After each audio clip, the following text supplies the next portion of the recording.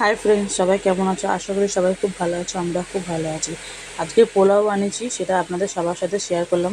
গোবিন্দভোগ চাল নিয়েছি, সেটা ধুয়ে আধ ঘন্টা ভিজিয়ে রেখেছিলাম। তারপরে ওর মধ্যে চিনি আর হলুদ আর সামান্য পরিমাণে একটু নুন দিয়েছিলাম।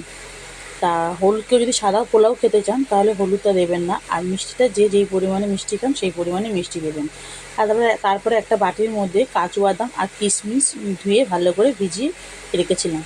এবার একটা হাঁড়ির মধ্যে পরিমাণ মতন ঘি দিয়েছি।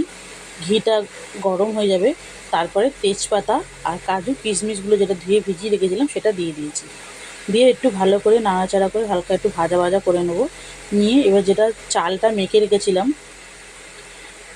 নুন হলুদ চিনি দিয়ে, সেটা দিয়ে দিচ্ছি হাঁড়ির মধ্যে অল্প অল্প করে। পুরোটা দিয়ে দেবো, দিয়ে একটু ভালো করে নাড়াচাড়া করব। একটু ভালো করে হালকা নাড়াচাড়া করব। যখন একটু হালকা ভাজা ভাজা হয়ে আসবে তখন পরিমাণ মতন এর মধ্যে জল দিয়ে দেবো। দেখুন আমার একটু ভাজা ভাজা হয়ে গেছে এটা। এবার আমি জল দিয়ে দিলাম পরিমাণ মতন।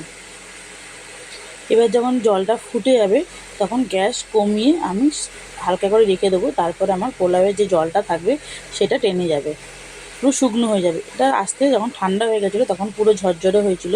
সবে এটা গরম ছিল তো তাই জন্য এরকম হয়ে গেছিলো, কিন্তু পোলাওটা খেতে খুব সুন্দর হয়েছিল। আপনারা দেখে বলবেন পোলাওটা কেমন হয়েছে। কেউ যদি এইভাবে না করে খান, এইভাবে একদিন করে দেখবেন, খুব ভালো হয় খেতে পোলাওটা। আর যখন ঠান্ডা হয়ে যাবে তখন এটা কিন্তু পুরো ঝরঝরে হয়ে যাবে।